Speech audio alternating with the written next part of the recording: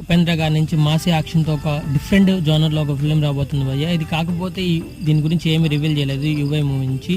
ఇది డ్యూరేషన్ కూడా ఎక్కువ ఉందని అంటున్నారు, టైం కూడా 3 hours అని చెప్తున్నారు ఈ ఫిల్మ్ని. మనకి 20వ తేదీ రాబోతుంది డిసెంబర్ నెక్స్ట్ మంత్. కాకపోతే ఈ ఫిల్మ్కి ఒక 5 days గ్యాప్తో రాబిన్ హుడ్ రాబోతుంది. మైత్రి మూవీ మేకర్స్ కూడా ఆలోచించుకొని తీసినట్టున్నారు, దాన్ని డేట్ చేంజ్ చేసుకున్నారు. ఈ టీజర్ కూడా చూశాను భయ్య, దీనికైతే నాకేమంత అనిపించలేదు. ఇది రెగ్యులర్ ఫార్మేట్లో ఉన్నట్టుంది. కాకపోతే ఇంకా ఏమన్నా టీజర్లోనే కదా, ట్రైలర్కి వచ్చిన తర్వాత ఏమన్నా చేంజ్ అవుతుందేమో చూడాలి. ఇంకా అదే డేట్కి బాబీ జాన్ కూడా రాబోతుంది సౌత్లో, నార్త్లో 2 సైడ్లో వస్తుంది ఆ మూవీ కూడా. ఎంత ఆకట్టుకుంటాయి మూవీ ఫిల్మ్స్ అనేవి చూడలేము. ఈసారి వచ్చిన ఫిల్మ్స్ అయితే డిసప్పాయింట్ చేసేసాయి. కంగువ అలానే ఉంది, అది అలానే ఉంది, మట్కా కూడా. ఇంకా నెక్స్ట్ 22 వచ్చే ఫిల్మ్స్ కూడా ఎట్లుంటాయో తెలియదు.